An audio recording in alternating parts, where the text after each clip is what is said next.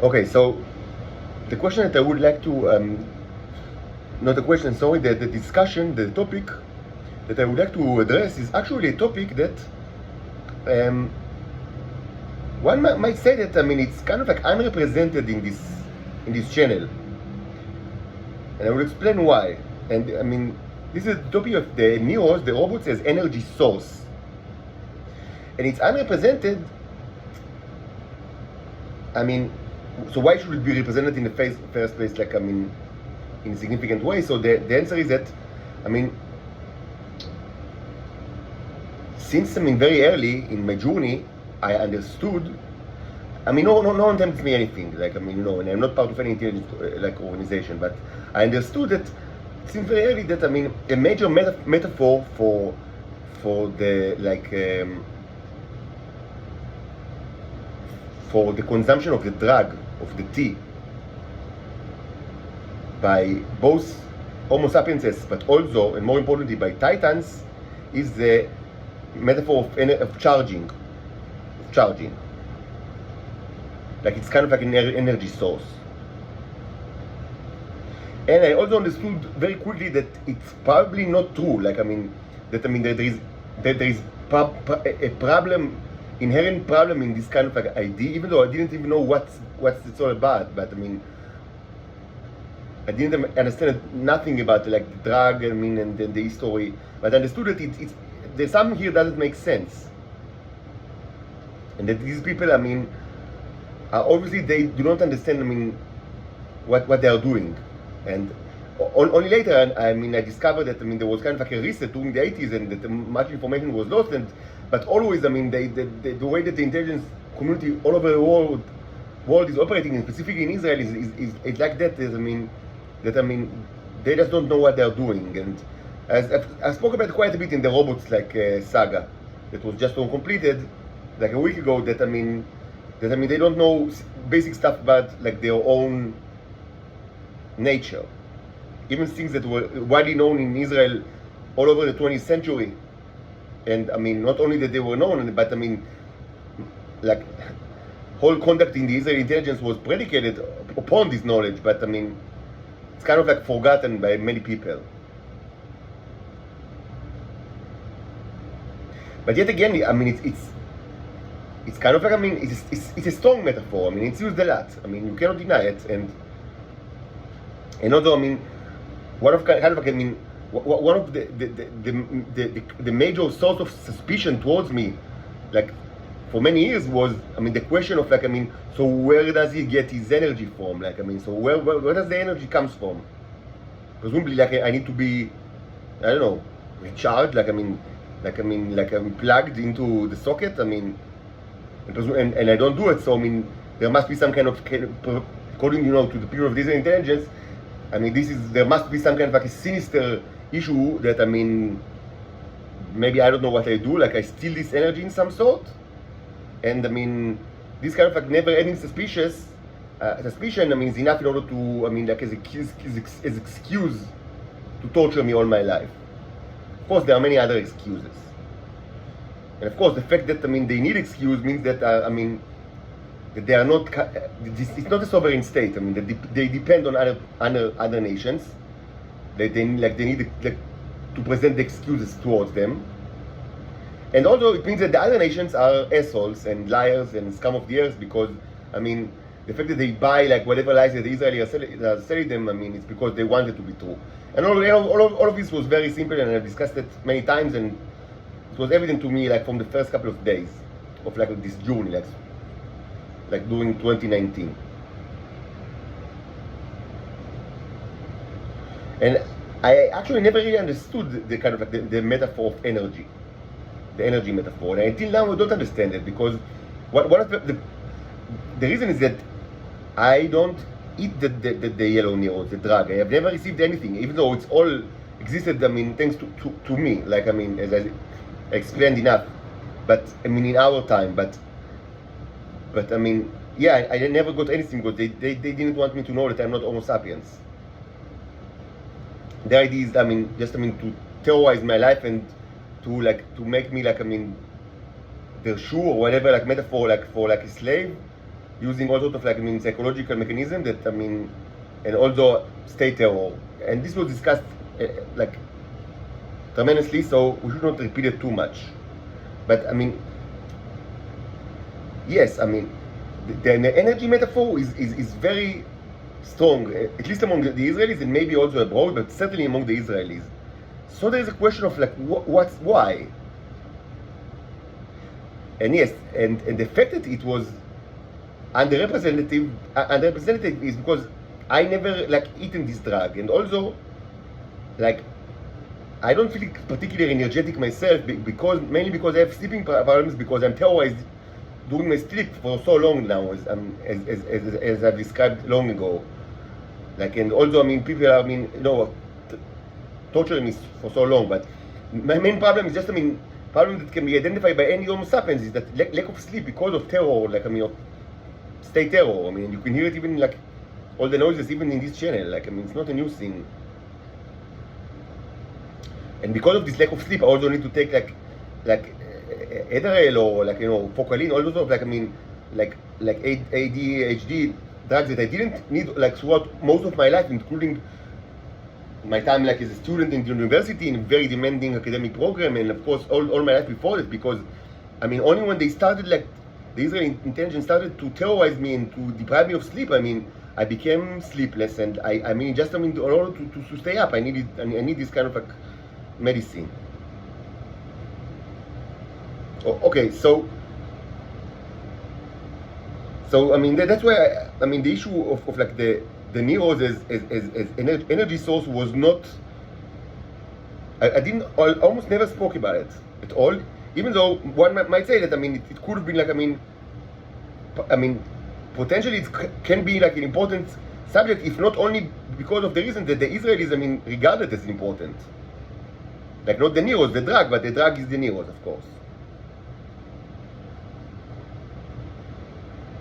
So I thought about it today, because today we discussed, I mean, the metal jacket, and I saw discussed like its morphology, and you know, how it looks and how it flies, like, I mean, a little bit, and like social behavior and like dangers.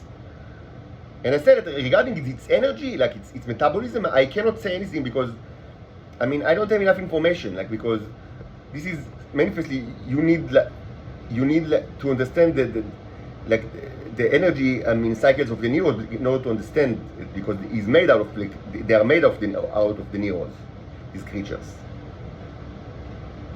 But certainly, I mean, this kind of like a wasp require much more energy than, I mean, like a mad dauber wasp, for example, which is kind of like, which is, I mean, of all the many wasps that I've seen, like, is the most like you know, in YouTube and Wikipedia, it's the most, like, I mean, it looks like, I mean, the most similar to it, even though it's not exactly the same. But I mean, yes, of course, I mean, the mad dauber wasps require probably much less energy than, I mean, this wasp, because it's so heavy and, you know, made of metal. And so, I mean, this is a good opportunity to actually discuss this kind of like neglected issue of the energies of the Neros, like, as an energy source. Now, with regards to kind of like, I mean, the social implications over humans and like titans, again, I mean, I don't want to discuss it because it was discussed in the past. I would just say that I don't understand what they feel, because I have never taken these drugs. I have like energy problems. Like, I feel always sleepy because I do not sleep at night, because I'm subjected to torture, and it was not like that all my life. It started like about 10 or 15 years ago, and before that I didn't have any problem. And again, I didn't take like HDD medicines, like medicine, even when I was like, I mean, like, I studied in the university in an extremely demanding program, maybe the most demanding programs in, like, for undergraduate studies in Israel. I mean, very, very demanding. I studied, like, I mean, I've done like a computer science degree in the Hebrew University, and also at the same time, Amirim program in the humanities, which is like a honorary program in the humanities, which is very, very demanding. And so it was done during the same time, and I mean, it was very difficult.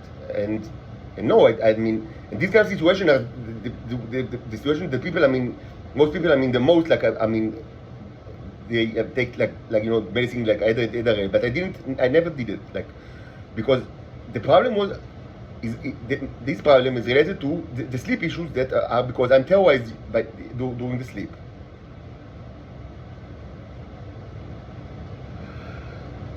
But let's address this issue of the energy, the Neros as energy source. Let's speak about it for a little bit. One thing that should be reminded, like with regards to, I mean, to the social implication of this issue, is that the problem of like, I mean, that the view, I mean, of these entities, like the drug as an energy source, is related to what's going on in our time, and I've discussed it in the last chapters of the Robot Saga, of the cannibalistic view of the Venusian reality. That presumably there are no females and males, and and gender is completely fluid, and presumably everyone just eats each other. I mean, that's how they get the drug. And this is, of course, is cruel and cannibalistic way to understand reality. But I mean, again, like always, it came to be in order to support the interests of the Israelis, of the Homo sapienses, that like wanted to think of it like as perhaps like kind of like presumably it's just a drug that everybody in Venus just eat each other in order to get it. So maybe this justified in a way the fact that they are also cannibalizing the Venusians in order to get it from them. Of course, it's completely false, and I've explained it enough, like in this saga of like of the Robot Saga. So no need to repeat ourselves now.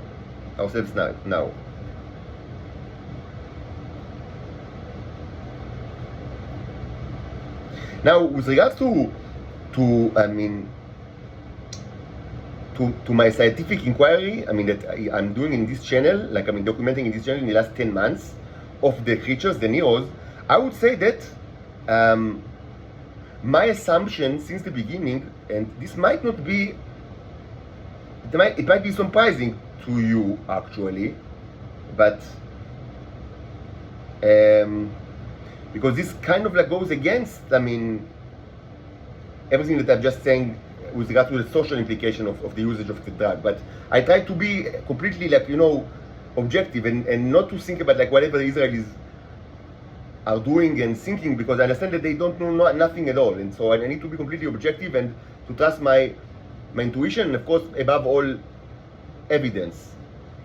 So my intuition since the beginning is that these creatures, these entities, they are not energy source, but they are energy manipulators, and that they are excellent in that, unbelievably good at that, and most probably that they can transform energy between each other. And this is something that I actually understood or hypothesized about, like even it might not be intuitive to you, but even before I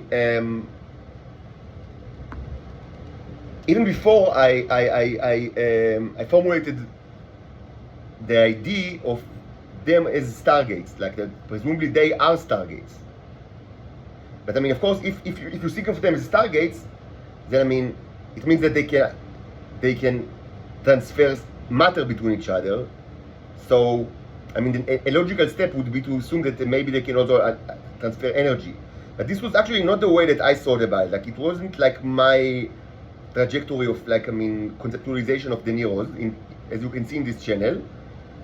I didn't think about it like matter. Matter was not of great importance for me, because I understood very quickly that in my kind of like situation, it's not a big deal. That it's more important to actually understand how to multiply them and to grow them outside my body in order to supply them with energy, and also to understand the symbolic command, to be able to understand them. And of course they need matter, but my assumption was that it will be very easy to give them the matter that they need, and at least in order to create life forms. It was never really important for me to create things like gold or diamonds, even though I tried to do it, but not much less than you could have expected, because I understood that if I have diamonds and gold, they will just be taken from me by the Shabak. And it will just be more incentive to put me under arrest forever. So why should I do it? It's better to create life, and that's what I do. That's mostly what I do. As you see, we had like great success. Very recently. And so you can ask, so why did you think that in order to create life forms, and specifically amazing life forms that are unknown in Earth and made out of material that are unknown in Earth, why did you thought that, no special material is required? So the answer is simple, because I don't eat. I myself I do not eat anything special, I do not eat wanium or, I eat whatever. So why should they need something very special? Yeah, it's just as simple as that. Okay. So, and I've done all sorts of experiments that I admit weren't really conclusive regarding energy transfer. It's still an open issue, one of the many open issues. I cannot say that I demonstrated without a doubt that they can transfer energy between each other, even though I'm completely certain about it. And again, not just because of the kind of identification of them with the stargates. No, even though of course I knew about the stargates. Before I started this channel, of course, but I've spoken about it quite a bit. And I also understand very well that the Neros control. They built the Stargate and they control the Stargate, but the theory of the Stargates as Nero itself, I mentioned it as a fringe theory, but I never really spoke about it too much. It became more something that I sometimes I mentioned very recently after I was able to create huge ones that that you actually can see that actually look like Stargate under the microscope. So this became more relevant very recently. But the issue of energy transfer was very important, and I never really was able to actually positively prove it, even though I think that this can be proved from the many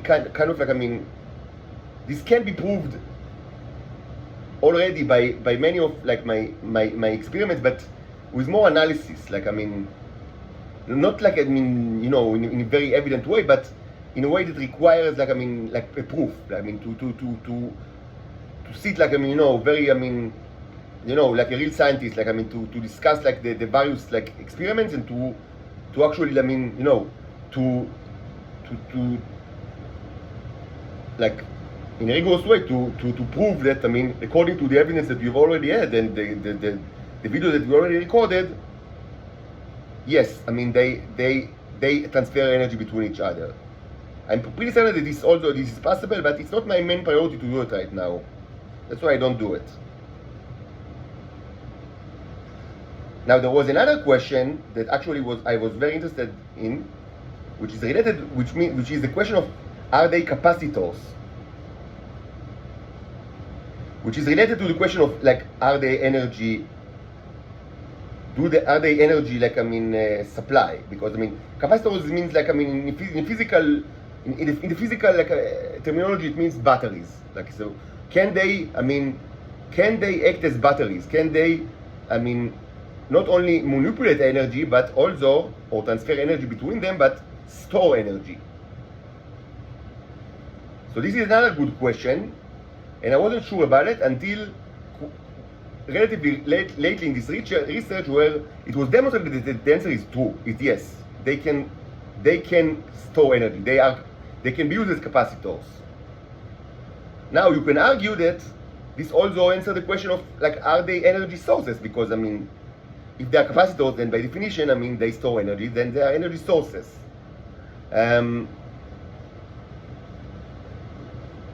But I mean, it's not necessarily true, because I mean, there's a question of like, I mean, how long can they store the energy and what kind of energy? So it's very, very difficult. I mean, and we cannot jump to assumptions. Like, I mean, there's like a ton of things that should be like defined first. But yes, it was at some point it was demonstrated that they are capacitors, at least for a short term, maybe also for a long term. And I would suggest, but this is kind of like a long shot and kind of like an outlandish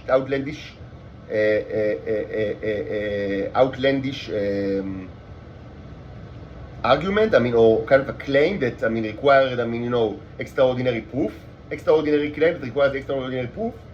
I would also, I mean, I just put it like on the table, as they say, without getting too much into it, but it was discussed in this channel somewhat that they can store, unlike regular batteries that we all know. I mean, what's a battery? I mean, when we speak about battery, mostly what we speak about is a chemical device that is used to store electrical energy. By, I mean, and this is done by, I mean, difference in potential, by creating difference in potential.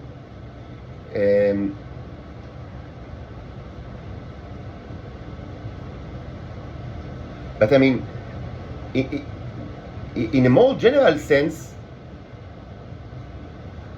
a battery can be many other things that, I mean, or capacitor, or I mean, can be many other things that, I mean, that are not necessarily related to electrical energy.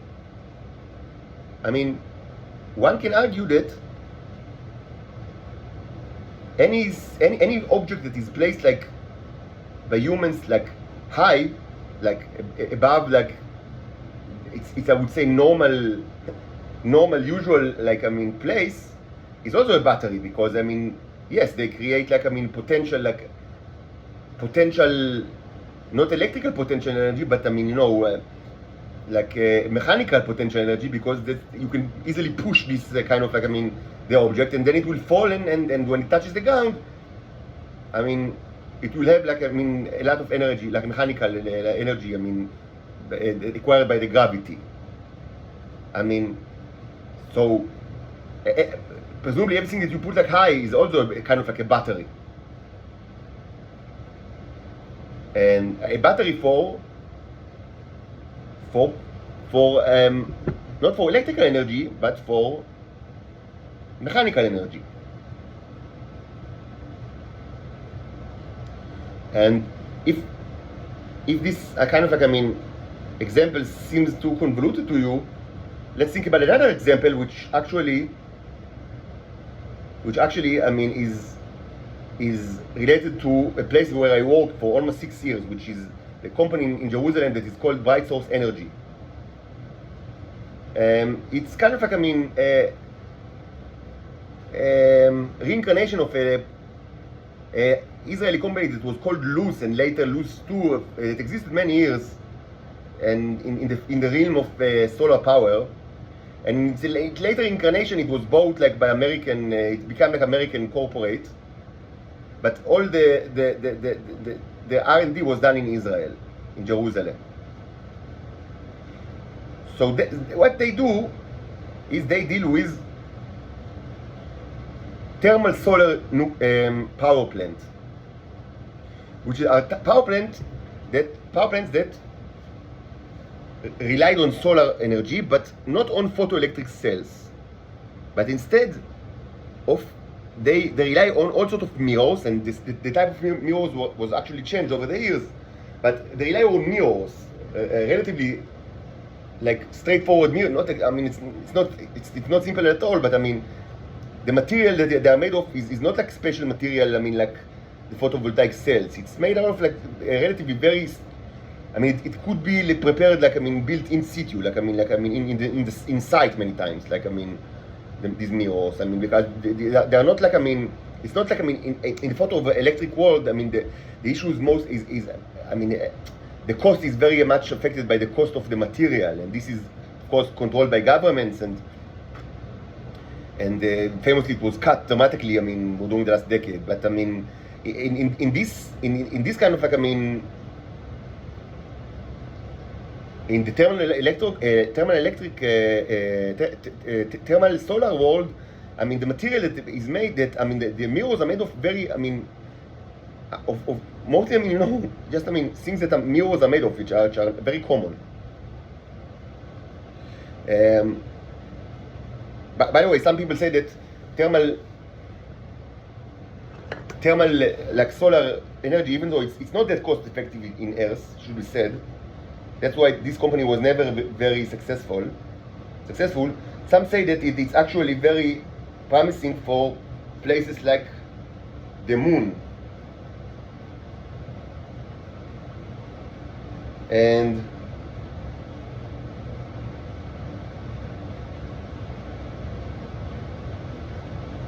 I would actually, I mean, suggest that maybe it's actually very good for Venus as well.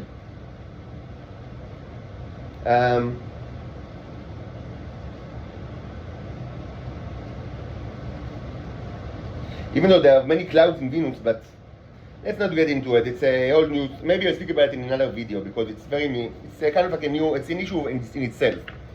But the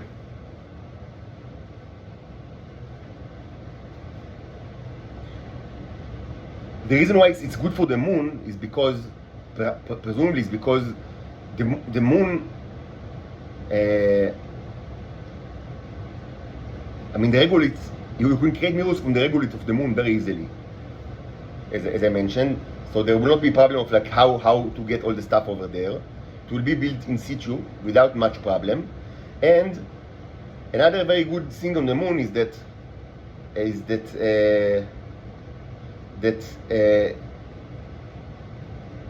the days are very, very long, which is good, because I mean it means constant periods of like uninterrupted power, and but also the nights are long. But I mean, they are like, I mean, several weeks. But I mean, if you build it in specific places on the moon, you almost always get flux, which means that you can almost constantly get flux. And also another thing that this is true for any kind of, now another thing that is, I mean, now it should be said that the thermal solar energy, maybe I'll speak about it in a different video, and like it's like and specifically about, like, you know, it's space aspects, which are very interesting. I don't want to get too much into it, because I wanted to speak about another thing. Just I worked like in close to 6 years in like you know, and during this time they built the Ivan thermal solar power plant, and I actually spent several months as like in there while it was built, like, so. And at the time it was the largest, I mean, green power plant in the world by, at least by megawatt.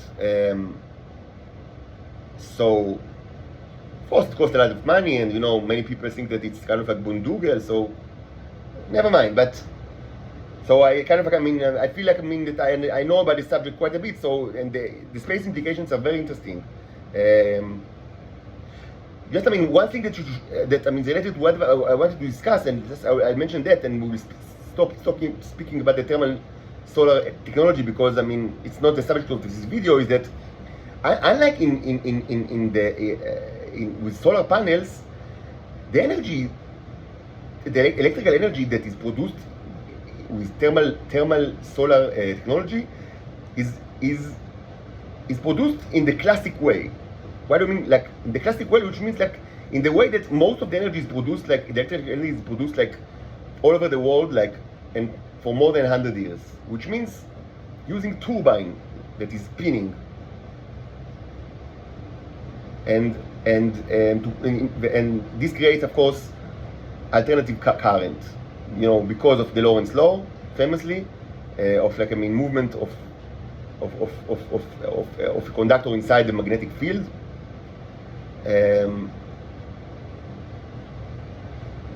And kind of like, I mean, the only kind of like difference from like, presumably, I mean, from traditional power plants with thermal solar is like, how do you heat the water? How do you create steam? Because I mean, once you have steam, it's like, I mean, in normal, like, I mean, fossil fuel power plants, I mean, steam just, I mean, there's the question of like how to what kind of condensers to use. Like, I mean, okay, so you have the steam, you can, so then you need to get it back to water. I mean, unless you want like to I mean, because you need to cool it. So how do you do the cooling? I mean, you use water cooling or air cooling? So, but this question can also, I mean, this can also be, I mean, related like to normal like fossil fuel power plants, because I mean, what's called the power block, like the actual generation of energy, is done by turbines, like by Siemens turbines that I could tell you that are, I mean, they were not like designed even specifically for thermal solar power plants. Like the turbine doesn't care like how the heat, I mean, was produced in order to create steam. I mean, so what's special with this technology is that, I mean, you do not need to burn anything. It's not completely true, because sometimes natural gas is used as a backup, but mostly you don't need to burn anything in order to heat like the steam, because you use the sun to concentrate it, the sun using many mirrors. And the most problematic aspect here is how to actually track the sun, because the sun is always moving. Yeah, I know it's not really moving, Earth is moving, but I mean, you know what I mean. You understand, like, I mean, the issue. And also there is the issue of like clouds. I mean, clouds can dramatically change, I mean, flux over a very short period of times, and this is problematic, because normal turbines that are used in fossil fuel power plants, they are not used to stop. They I mean, used always to walk. I mean, and they expect, like, I mean, they expect like always, like, you know, of course the frequency, like the speed is, as we all know, is constant. Like, I mean, 50 hertz like all over the world, and 60 in the United States. And you know, it's connected to the main grid. So it's a problem. Like, I mean, if there is kind of like, I mean, a drastic kind of reduction of flux,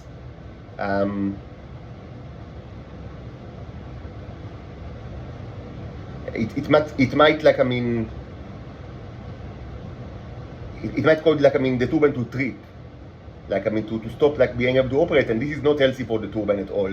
And also there is even like a more severe issue of what's happening, like when the cloud moves, like out of the cell, like the geographic cell of the power plant. Because when the cloud moves, I mean, very quickly, if you don't take it into account, very quickly there will be many mirrors that are now, I mean, pointing at specific place, like, and so the question is, where exactly did you need to place? Because you don't place all of them at a specific. I mean, you hit a radiator. It's like car radiator, but the other way around. Like, you hit the radiator instead of, like, I mean, dissipating heat with the radiator. So you don't want to, like, I mean, so I mean, there are many questions here, but maybe I'll speak about it in another video, because it's a huge subject, and it's interesting because it's related to space exploration as well. It should be said that, like in the case of any other traditional power plant, like fossil fuel power plants, it should be said that while sun is incredibly important, like sun flux is incredibly important for the thermal solar technology, it's not that I mean, it's not beneficial at all. I mean, it's anti-beneficial to construct such power plants in warm places. It's best that the place will be as cold as possible. This is also why the moon is a good candidate like to create such a thing, because the moon is mostly very cold. I mean, now there was like the Indian kind of like, I mean, mission that proved that the regolith is actually a great, this is very new, just now, I mean, that they proved that the regolith of the moon is very good insulator, which means that, even like what I do now, even this kind of like a regolith, this is a regolith dome over the moon, see? So that even a very shallow regolith can insulate tremendously, like, but without any kind of like protection for that is made of like regolith or any other kind of material, the moon is very cold, which is great. I mean, flux is needed, not heat, in order for like thermal solar power plants to operate in like efficiently. I mean, and the power block, I mean, the component in the power plant that actually, create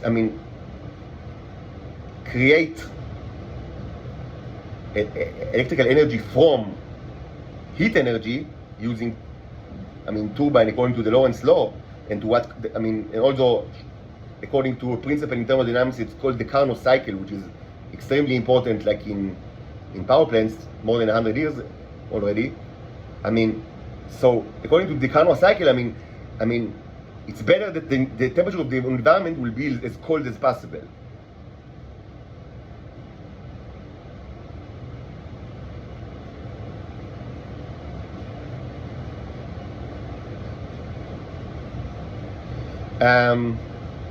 But why is all that important? Why do we even started to speak about it?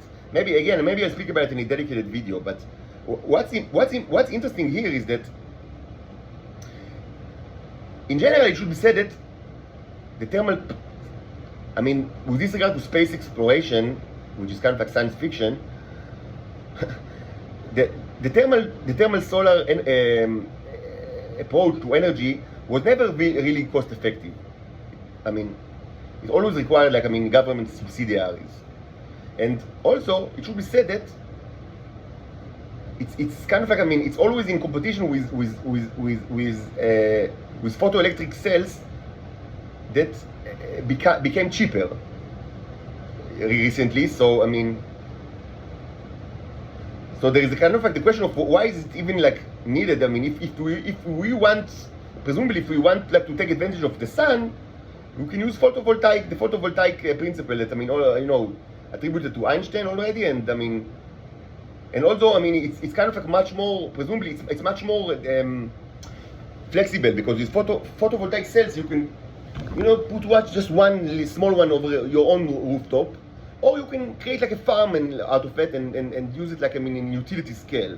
Unlike in the case of thermal solar, that cannot be done like in home scale. It can only be done in utility scale, like in big scale.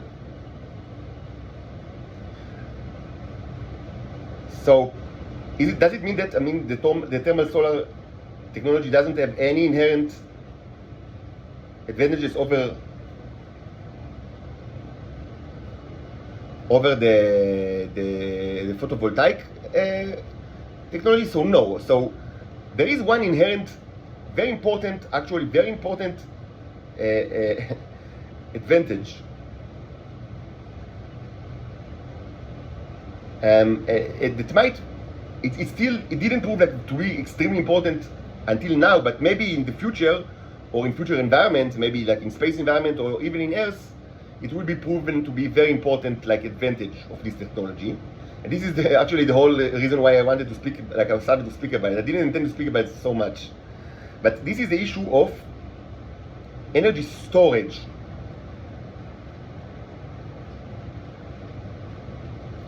It should be said that it's incredibly difficult to store electrical energy. And as both Shai Agassi in Israel and Elon Musk, the United States, they both know it very well. That's a problem. It was always a problem. Since the beginning of the 20th century, and it's still a problem. And there were many like advances, like specifically in the last 10 or 15 years, but still, even though there were so many advances like in how to store electrical energy, it's still incredibly difficult to do it. It's incredibly difficult to do it. To store electrical energy. Because, I mean, I don't need to tell you that, I mean, batteries are very expensive compared to, electricity that you take from the socket. Every child knows that it's better, to use the Game Boy. If you are at home, like, or in the class, it's better, like, to connect the Game Boy or the Game Gear to the socket, because the batteries run very quickly and they are not that cheap. Every child knows that, right? And of course, it's true to cars as well. That's one of the main problems of like electric cars. The problem of the batteries, like, and how to recharge the batteries. It's still a problem. There is no like solution to the problem. It's a major. So what do you do? Can you make? So there was the kind of like the idea that I don't know if like it's still like in Israel. Some people thought maybe like to create like stations where you change batteries, like and just drive. And this was called Better Place, but it failed tremendously. And it was mostly, as many other green projects, it was mainly like a way for robber barons like to use the government in order to loot money from the citizens.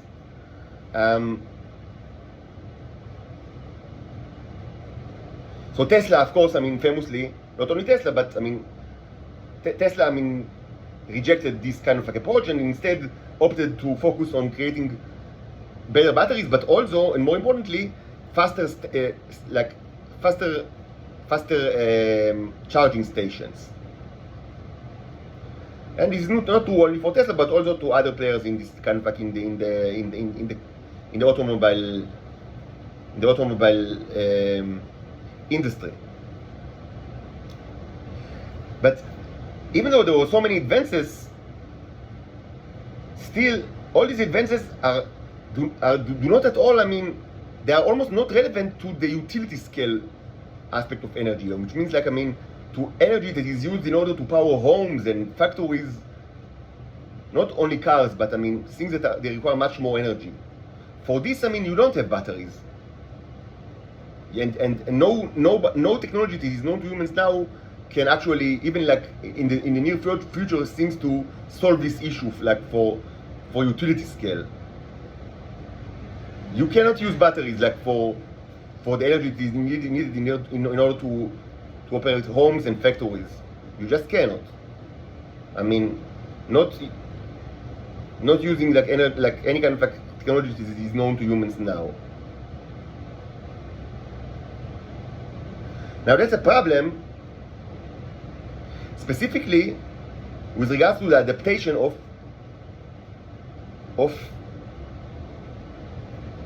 energy sources that or energy producing methods that rely on the sun. Because the problem with the sun, that at least in Earth, it's not really dependable. The best you can hope for is that, like, to get like maybe on average 12 hours of it, and this is the best like case scenario. If there aren't many clouds, and if it's kind of like a place that the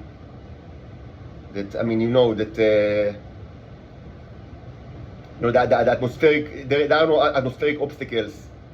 So the best case is that you will get like good amount of flux. Never mind what's the definition of good.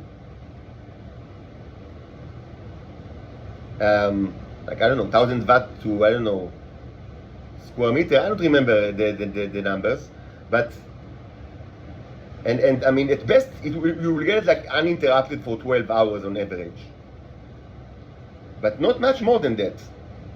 Sometimes more than that, but some other, and during the winter less than that. This is the best case scenario, at least on Earth. So it's a problem. And now, it should be said that mostly energy, the energy, I mean, something that mitigates this problem is the fact that energy consumption is almost exactly, but not exactly, and this is the main issue, is almost exactly correlated with the sun. Which means that humans consume energy mostly when the sun is up. Like they start to consume it like, I mean, flux is not like, I mean, you know, binary. I mean, when the sun, like, I mean, is kind of like, I mean, starts to appear in the sky, I mean, so they start to wake up, start to use, you know, energy, and mostly by you know, by, I mean, late morning or early noon, when, I mean, mostly, I mean, if there are no interruptions, you get the maximum flux from the sun. This is also where, when they use mostly, I mean, most of their energy. And it kind of like declines together with the sun, which is great. But it's not I mean, it's not complete correlation, because they still use energy even after the sunset for a couple of hours, like in a meaningful way, in a significant way. So there's like 4 hours after sunset, or I mean, the problem starts, I mean, even before sunset, because I mean, there is also already, I mean, less flux. They still, I mean, use energy. Like, I mean, they still, I mean, they always use energy, of course, but I mean, statistically, like the graphs of average flux from the sun and average consumption of energy, they are kind of correlated, but there is a problem of the evening, like about 4 hours where, I mean, they are not correlated, because people still use energy, but consume energy, but the sun is not there to give this energy. So of course, I mean, you don't, I mean, the grid, the power grid, I mean, never relies only on like the sun. So of course, I mean, there are other power plants as well, but yes, I mean, if you kind of like, I mean, want to push like a specific technology, it is a great kind of like advantage if you can say, I give you solution like that do not depend like on other energy sources. Not only for the moon or for Mars, but only for the Earth. It's also for the Earth. It's kind of like, I mean, it's a selling point. Probably not a huge selling point. That's why, I mean, the thermal solar technology is not that successful at all. But theoretically, it can be a selling point in the future. Presumably, like if you don't, maybe in the future you will not have any. I mean, you will want like the power plants to be as independent as possible. So, and maybe, I mean, you know, so not like 100% independent. Maybe, I mean, you still will have some kind of like, I mean, fossil fuels that you can use during the night for the very, you know, the very, I mean, you know, limited kind of like, I mean, energy use that people, I mean, still are, I mean, consume during the night. But I mean, you will want to have a solution for these kind of like 4 hours that does not rely on fossil fuels. It's very important. I mean, in order to push like green energy for the evening hours, that still people use. I mean, factories are still in operation many times, and people still, I mean, you know, they use energy in their homes, but you can't get it from the sun. So what can you do? I mean, if you don't want to burn fossil fuels, is there like an option? I mean, and let's I mean, take out of the equation like other types of green energy, like you know, wind or thermal. I mean, there are many like other like types, but let's compare like, I mean, the solar technologies to fossil fuels. And this is an important comparison, because I mean even probably in the future, I mean, most probably, I mean, you will still have fossil fuels. I mean, less and less, but you will have fossil fuels. And wherever you will, I mean, even in like space, I mean, in other planets and moons, you will have some kind of fossil fuels. And I mean, it's kind of predictable that you will also have the sun. Like, I mean, so this matchup between them, I mean, is something that, I mean, will probably be relevant like in the future. It's not kind of like something, you know, accidental or kind of like, I mean, that, I mean, depends on specific market condition. It's something that probably, I mean, it's going to be kind of like, I mean, you know, an issue in energy, kind of like politics and energy technology for any sentient species, like, I mean, that I mean, that don't want to rely only on fossil fuels, and also, especially if they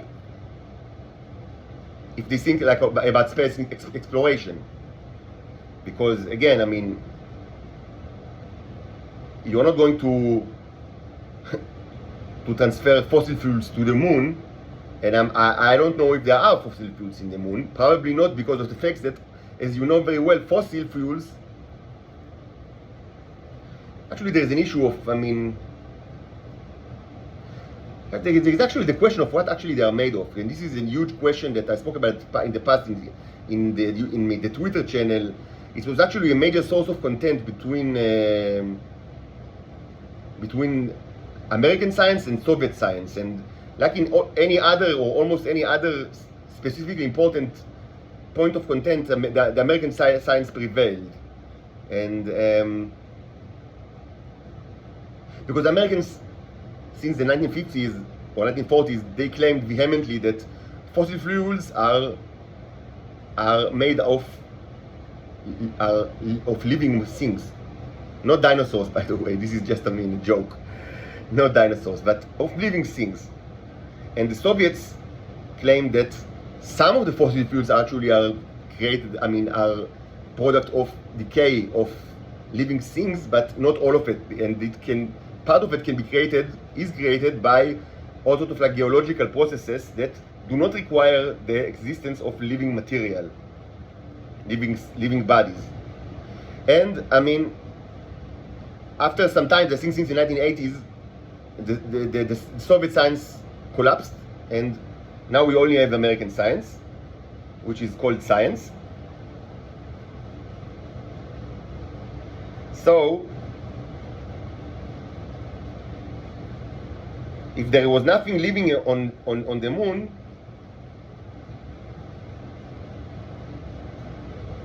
then, I mean, it's kind of like unreasonable to find fossil fuels in the moon. Though it should be said that linguistically, it's not like, I mean, a paradox to speak about fossil fuels that are not made of living material, because, I mean, fossil fuels, linguistically, I mean, the term fossil does not relate to fossils. It's surprising, but that's the way it is. I mean, it doesn't call fossil fuels because presumably it's made out of like fossilized biological animals. No, actually, this is not true. It's surprising, but that's the way it is. It's just, I mean, because, I mean, it's found on the ground. That's it. Like, and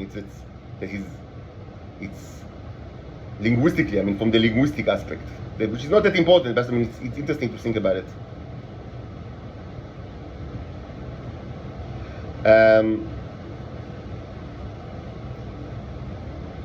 So, I mean, unless we are all going to have to be very surprised, then maybe, I don't know, maybe I don't know if the Indian rover is still working on there. So maybe, I mean, the Indian rover will prove all of us very wrong very quickly. It already, I mean, the Indian rover already, I mean, had like a great achievement with regards to, I mean, what I do now.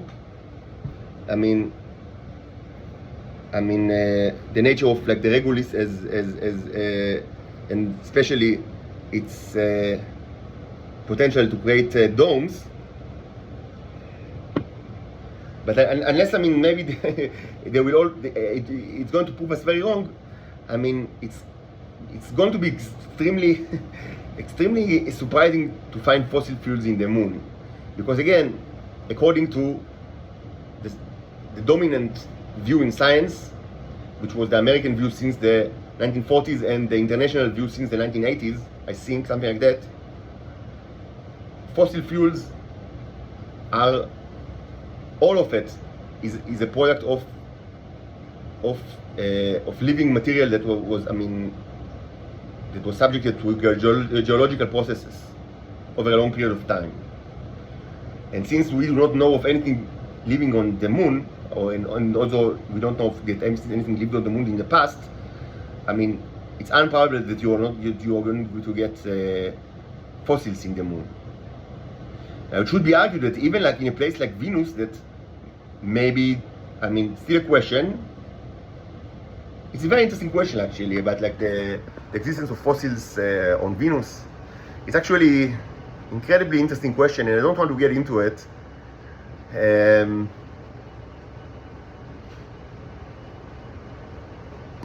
Today, maybe some of you listen to that, because I know that you listen to everything. I spoke about with my daughter Orin. She is almost 8 years old, so I showed her the full metal jacket, and I told her that it's kind of it's robotic, and so I mentioned the Leviathan that was also made out of the same material. I told her that all in Hebrew wells are called Leviathan, and that all of them are named after the one Leviathan, specific one.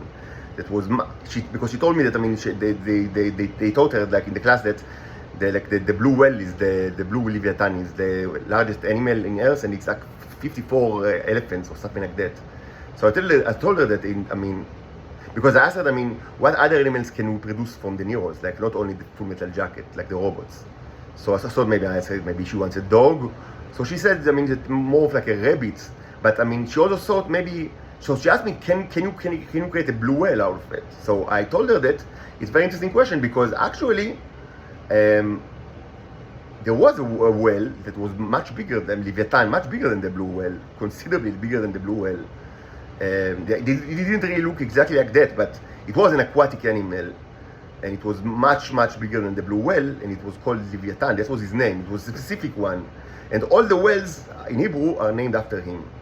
And he was actually made out of Neros, like the full metal jacket.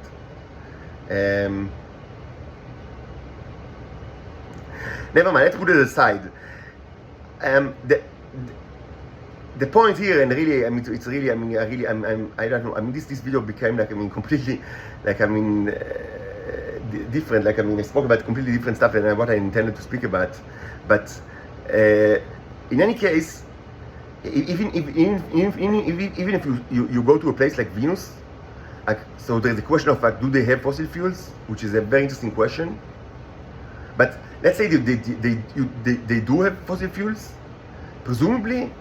Do you really want to start like this, the same things that you've done on Earth? Like, maybe not. I don't know. Maybe, so the question, but maybe you will, just from the get-go, you will say no to fossil fuels. I don't know. And actually, because of the fact that the days are so long, presumably you can use solar energy as well. So the question of fossil fuels against solar energy is not something like it's kind of like a political issue that relates to specific conditions right now. It's going to be like always like part of the agenda of sentient creatures, whatever they are. So there is a question of like, do you have like advantage of the thermal solar technology over the photovoltaic approach? And the answer is yes, and specifically yes, because of the ability to store energy. And you need to store energy because, in Earth, you need to store energy because of these 4 hours. That, very important 4 hours of the evening where, you don't get flux from the sun, but you do get, but still people, use a lot of energy in their homes and industrial and centers and offices. Of course, if it's a different planet, it might be, again, very different, because, if the nights and the days are so long, it might be more of issue of like, not energy storage, but energy transfer. Presumably, if you want to rely on the sun, so you can create, huge, like thermal solar or photovoltaic farms, like in all sorts of like places, or like over the planet or over the moon, and while while there is flux, and maybe there are like very long times, like even months or weeks or months of flux, I mean, you have no problem, so presumably, and then during the night, you can use. First of all, you can use less energy, as people use less energy during the night on Earth. But also, you can use maybe like an energy power plants that in another place, like that exists in another place in the planet or the moon, where then there will be like sun. But then there is the issue of energy transfer, which is also an issue. But why? Let's speak about Earth. Why is it that on Earth thermal solar technology supports storage or capacity at least at least for several hours, which is what is needed? You don't need much more than that. And photovoltaic does not.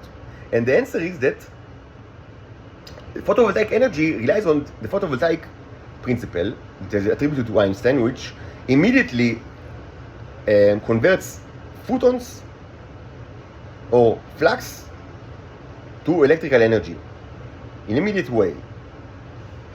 This has many advantages, but all of these advantages because you cannot store this energy efficiently because of the issue of the fact that humans don't know how to store electrical energy very efficiently. But when we speak about thermal solar energy,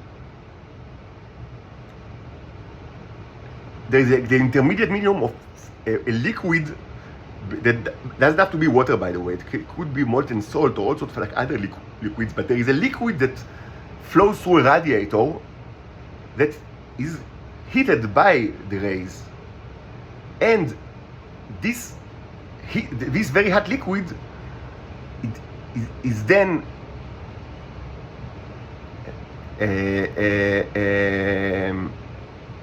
either directly or indirectly becomes either directly or indirectly by heat transfer devices. It boils liquid, mostly water, that becomes steam and moves the turbine. So potentially you can store heat energy instead of electrical energy, which is something that is also not very easy, but much easier than storing electrical energy. Certainly, you only need to store it for a couple of hours. So you can store the energy, presumably, by heating things like molten salt that can last like for a couple of hours at least. And during these hours, even if you don't have the sun, you still can. The power plant can still operate, even without the need to use fossil fuels. So this was a huge divergence, I would say. Detour. Because because I really wanted to speak about nuclear energy. So, and this video is actually too long already. So I'll stop now and hopefully very quickly I will create. I'll record the second part, which deals with nuclear energy, which is what I wanted to speak about. But all of this was just to say that storage of energy is something very important, and since most of the energy that people use today is electric energy, it wasn't always like that, but that's the way it is today. There is a problem of how to store electric energy, and this is a very big problem. And even for transportation or for private cars, it's incredibly difficult, and there is still a good solution. Even though the largest companies in the world are focusing on this issue in the last 20 years, and they had many advances, but still it's a huge problem. But certainly in utility scale, to replace utility national scale power plants, it's incredibly difficult to store electrical energy. But when we speak about capacitors in a more general way, in the Neros capacitors, it's not only battery, electrical battery, because again, so a molten salt container that contains like very hot molten salt is also a capacitor, like a battery, because you can using energy transfer mechanics like devices, you can use at least for several hours, you can use the energy that is stored as heat in the molten salt in order to create steam that can actually operate a turbine that can supply energy even in utility scale, like in big scale. This is also kind of like a battery.